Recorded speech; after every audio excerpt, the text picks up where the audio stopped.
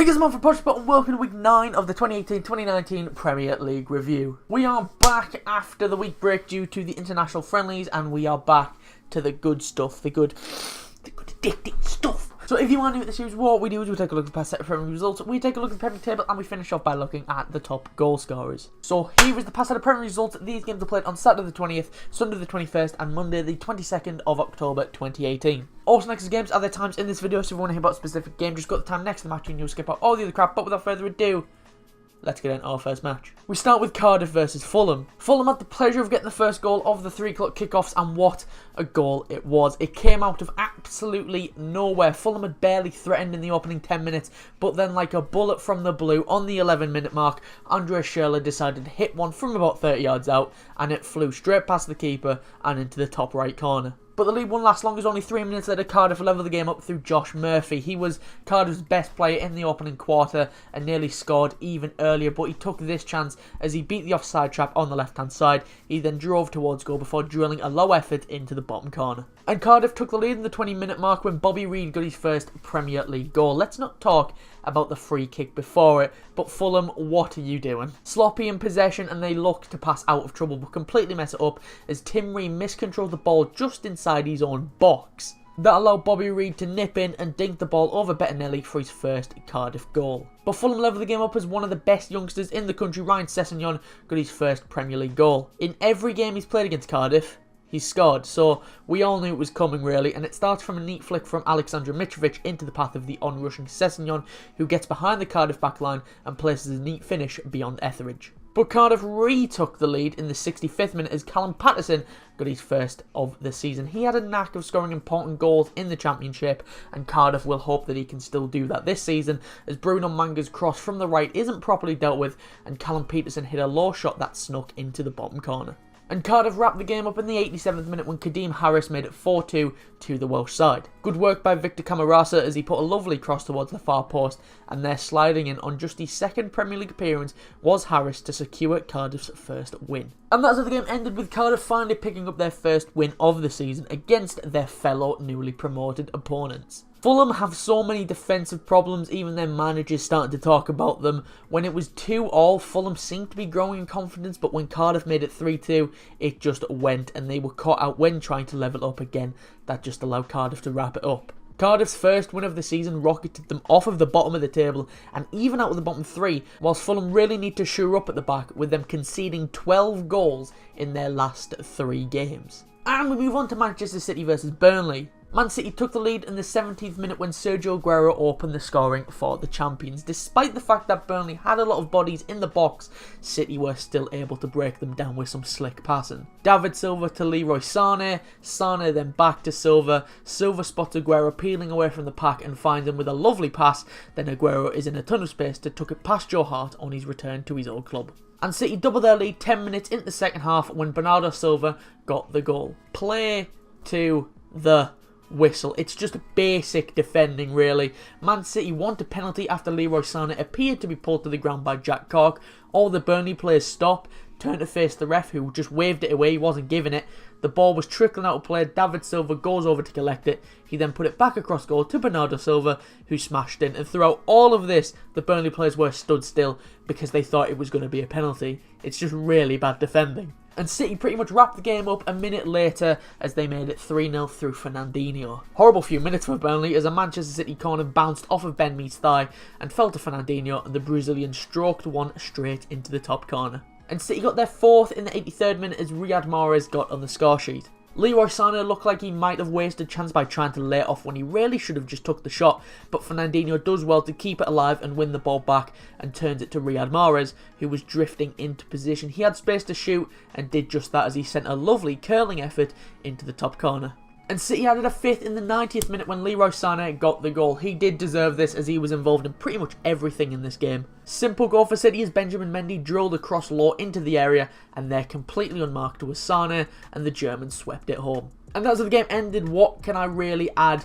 Wonderful goals from Bernardo Silva, Fernandinho, and I especially enjoyed Riyad Mahrez's. That put Burnley away to continue their 100% record at home this season. City did have chances earlier in the game, but on his return to the Etihad, Joe Hart was able to deny his old team for a while, but then they kicked it up a notch. Burnley never really threatened in the opening half, and any hope of getting back into it was put to bed with 2 goals in 2 minutes. The finishes were that good that there was nothing Joe Hart could really do about any of them, as a usually solid Burnley defence was ripped apart. And we move on to Chelsea versus Manchester United. Chelsea took the lead on the 20-minute mark when Antonio Rudiger headed the hosts in front. It was a great delivery from a corner, and Rudiger loses his man and has all the time in the world to thump his header into the bottom corner. But United levelled the scoring in the 55th minute when, for the second time in as many games, Anthony Martial levelled the scoring for United. Marcus Alonso is annoyed at this goal, as during United's first real attack in the game, he went down in the 6-yard box, but because it wasn't a head injury, the ref didn't have to stop it. United didn't have to put the ball out of play if they didn't want to,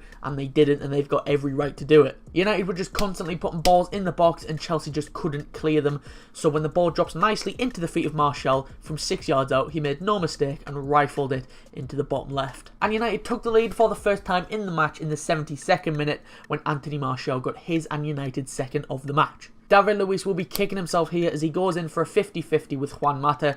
Luiz misreads it and Mata is away down the wing. He then lays it off to Marcus Rashford, who touches it off for Anthony Martial. His first touch takes it away from his man, and his second touch he curls one into the bottom right. But Chelsea will level the game up with the last kick of the game as Ross Barkley made it 2-2 in the 96th minute. There was a massive chunk of injury time due to Rashford going down with an injury, and we all knew it was going to kick off, and it pretty much did, in both ways really. Chelsea were attacking, throwing men forward, an effort hits the post, Rudiger's rebounded header was well saved by De Gea, but the ball fell nicely to Ross Barkley, who thumped it home. And that is how the game ended. Now, what happened after the match? I feel like, despite the fact that people will still be on about how it was Mourinho's fault, it wasn't.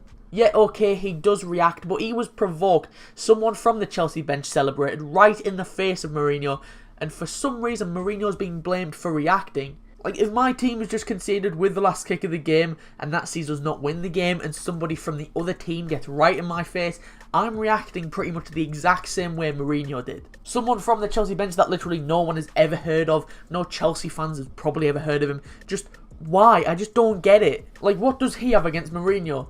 Why is it? It just doesn't make any sense to me. Anyway, it was a decent game. Drama, 4 goals, not too bad. Chelsea were on top for the first half, but then United just switched it on in the second 45. United haven't won at the Bridge in 6 years, a run that goes back to when Sir Alex Ferguson was still in charge.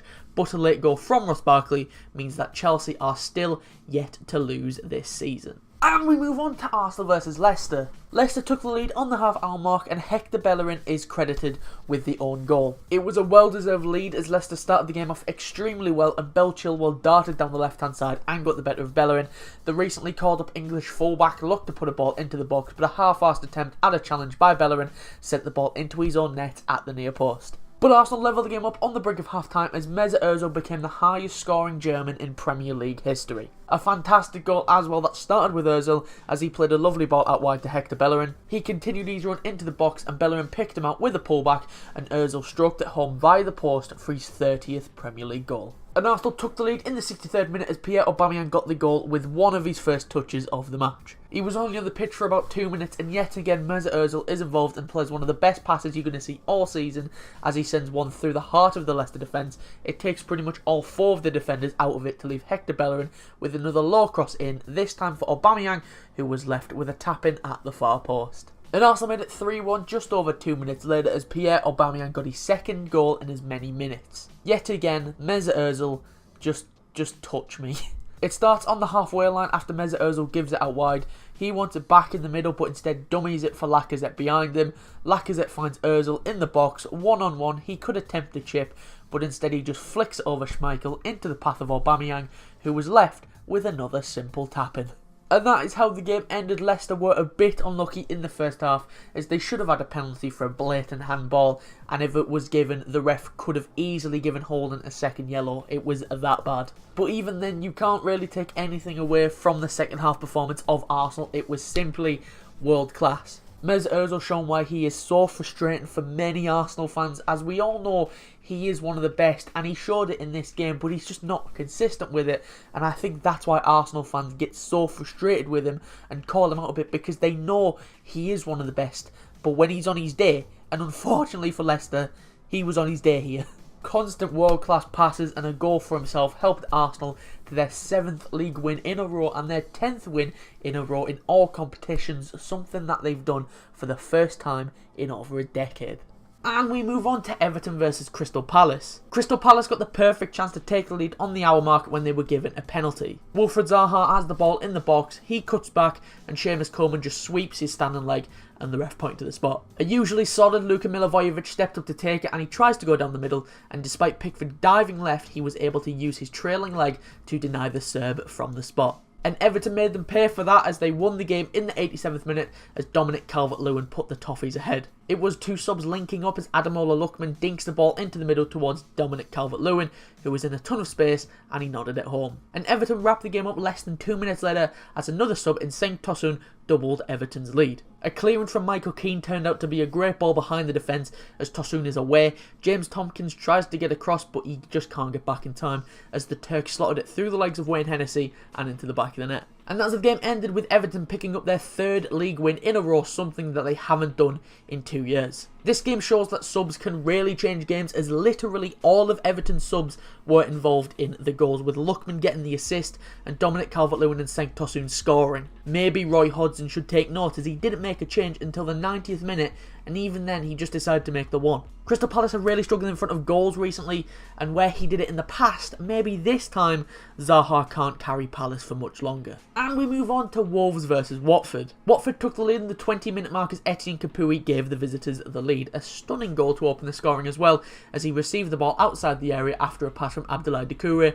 There was nothing else on for him, so he decides to shoot, and it goes through the legs of Conor Cody and past the helpless Rui Patricio. And it was a horror minute for Wolves as less than a minute later, Watford doubled their lead as Roberto Pereira got the goal. Wolves basically just give the ball to Watford from kickoff and they fly down the left side. It's a great finish as Roberto Pereira flicks the ball past Rui Patricio with the outside of his boot into the top corner. And as the game ended with Wolves losing at home for the first time this season. Nothing could really separate the sides in the opening 20 minutes, but then a horror 58 seconds for Wolves took the wind out of their sails and they never really recovered from the quickfire double. Watford will be ecstatic with the win after a run of really poor performances, with this being their first win in 5 games. And we move on to Huddersfield versus Liverpool. Liverpool opened the scoring on the 25-minute mark when Mo Salah got his 50th goal in English football. Came out of nowhere really. There didn't seem to be much on at all as Huddersfield were really tight in the back, but then all of a sudden Liverpool pump it forward with Joe Gomez drilling the ball infield to Xherdan Shaqiri. He then lays it forward to Mo Salah, who puts it back across goal and into the far corner. And that's how the game ended. A very average performance from Liverpool, who never really got out of second gear, but then again, they didn't really need to. Huddersfield did have some good chances as their captain Jonathan Hogg struck the post from distance before Steve Mooney and Laurent Deprato waited some good chances. Up the other end, Mo Salah could have scored, but it was a really difficult chance for him. Not a classic Liverpool performance, but after 2 draws in a row, getting the 3 points is what mattered the most. And we move on to Newcastle versus Brighton. Brighton took the lead on the half-hour mark when Beram Kayal got the opener. He didn't know much about it, as from a corner that Newcastle was certain wasn't a corner, but you've got to defend it anyway, as the corner was put in. Shane Duffy heads it down, Jose Escuero fires it towards goal, and it took a deflection off of Beram Kayal, who was going to do everything in his power to claim that. And that is how the game ended. Rafa Benitez has a massive challenge on his hands if he's to turn this season around. We may only be 9 games into the season, but I can see Newcastle really struggling as they just aren't good enough and just aren't clicking the way they should be. Brighton lost their main striker Glenn Murray through a head injury early in the game as he and Federico Fernandez had a nasty bang of heads where Murray was actually knocked unconscious for a bit, but thankfully after the game he was awake and talking, so he may be out for a couple of weeks as a precaution. Despite losing the living legend though, it didn't put the visitors off in a match where they spent a lot of their time defending that really put Newcastle's wastefulness in front of goal on full display. And we move on to West Ham versus Tottenham. Tottenham took the lead just before half-time when Eric Lamela gave Spurs the lead. Tottenham broke forward with 3 against 4 and it looked like the chance was gone as West Ham got men back, but Moussa Sissoko did really well down the right-hand side to put a cross in towards Eric Lamela, who gets a solid head on it to send it beyond Fabianski. And as the game ended, Tottenham have Hugo Lloris to thank for the win as the World Cup winning goalkeeper made a number of world-class stops to secure the win for Spurs. It was mainly Marko Arnautovic versus Hugo Lloris, as I counted 4 times where Lloris denied the Austrian in their little personal battle. Tottenham now have 4 league wins in a row, whereas it's consecutive defeats for West Ham. And finally, we've got Bournemouth versus Southampton. No real clear chances for either side. I think Southampton will be the happier of the two teams who were on a 3-game losing streak, so a point against an informed Bournemouth will be welcomed. Bournemouth had more of the ball but couldn't make the possession count, as Bournemouth were involved in a goalless draw for the first time in just under a year. Right, so that's all the games I've got for this week. Before we go, let's take a look at the Premier League table and top goal scorers, starting off with the Premier League table. Starting with the top 5, and as you can see, Man City are on the top on goal difference after putting 5 past Burnley. Liverpool is second after a narrow win against Huddersfield. Chelsea are third after a late equaliser secured them a point against Man United. Arsenal moved up to 4th after beating Leicester, and Tottenham make up the top 5 after their win at West Ham. Moving on to the bottom 5, and Newcastle are bottom now after losing to Brighton. Huddersfield are 19th after being beat by Liverpool. Fulham make up the relegation zone after losing to Cardiff. Speaking of Cardiff, they jumped from the bottom to 17th after their first win of the season, and Southampton make up the bottom 5 after a goalless draw with Bournemouth. Moving on to the top goal scorers, and as you can see, Eden Hazard is on the top. He was pretty silent against United and didn't bag, so he stays on 7 goals and 3 assists. Sergio Aguero got his 149th Premier League goal against Burnley. That took him to 6 goals and 2 assists. Pierre Aubameyang got 2 goals in 2 minutes after coming off of the bench against Leicester, and for the first time I think ever in this series, he is in the top 5 as he moved to 6 goals and 1 assist. And making up the top 5 is Harry Kane and Alexander Mitrovic, neither of who scored this weekend, and they are both on 5 goals and 1 assist. Right, so that's all I've got for you this week. If you did enjoy, be sure to leave a like and subscribe, and I'll be back next Tuesday at 4 PM for the next episode of the Premier League review. To stay up to date about when we go live or upload a video, it will be best to follow us on Twitter. The link to that is in the description, or it's at portionofsport_. Ladies and gentlemen, we did it. We beat the false copyright claim. We should be back now to live streaming more regularly. It just really proved how much I missed it. I mean, luckily it was the international break when most of it happened. We are back though. We did beat it. It's gone, and we might tweak some stuff in streams from now on just to make sure it never happens again. But if it does, we'll just fight them off again. I will fight anyone. Anyone, come at me. If you missed last week's episode, that'll be popping on your screen now, along with a link to the channel so you can subscribe. But anyway, thanks for watching. Be sure to leave a like and subscribe if you are new. I've been Mark from A Portion of Sport, and I will see you soon.